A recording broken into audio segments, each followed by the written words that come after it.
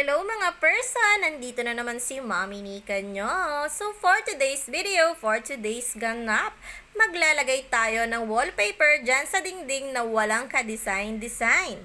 Actually, okay nga lang sana sa akin yung plain na ganyan para maliwanag. Kaya lang namamansyahan siya ng mga color yellow stain dahil sa mga talsik na mantika dahil nga dyan tayo nagluluto. Kaya naman ay decided na mag-order sa TikTok shop ng wallpaper at ang napili kong wallpaper na ilalagay dito ay itong Team Kahoy na wallpaper dahil medyo matchy-matchy nga siya dito sa ating tiles at sa gold lining.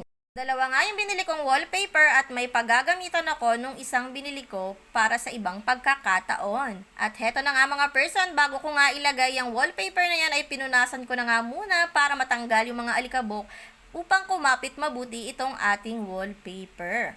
Tinansya ko lamang yung tamang haba ng wallpaper na sasakto dito sa pader na paglalagyan natin at saka idinikit ko na nga isa-isa. Napapagod na nga ako ng akyat baba dyan kaya naman inutusan ko na lang si Ate Chelsea nyo na maggupit pa ng wallpaper dun sa Gedli. Hindi ko na nga siya ma-video dahil sa akin nga nakafocus yung camera. Madali na ngang natatansya ng Ate Chelsea nyo yung paggugupit ng wallpaper na sasakto dito sa pagdidikitan ko. Dahil pinapattern niya lang doon sa pinag-alisan kong papel mula dito sa wallpaper. Mabilis lamang akong makakatapos dyan dahil may katulong na nga ako si Ate Chelsea. At ayan, dito na ako sa last part at ayan na nga ang kalalabasan. Mabuti na naman talaga ay bumagay. Ang ganda nga naman tingnan kapag may bagong design sa inyong bahay, ano? Kaya naman aliw na aliw din tumulong ang Ate Chelsea nyo dahil na-excite din siya sa magiging outcome. At ayan na nga ang kinalabasan.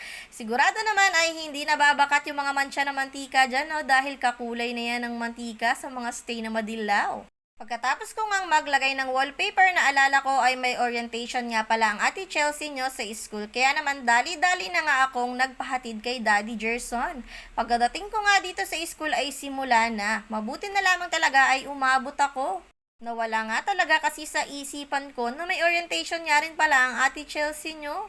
At heto na nga, after orientation, dinala ko na rin yung palda ng Ate Angel nyo dito sa patahian dahil pina-repair ko nga kasi nga mahaba sa kanya yung nabili ko. Actually, dito ko lang naman din nabili kaya libre na lang din yung pagpaparepair ko kay nanay. Nagbigay na lamang ako ng tip ng kaunti.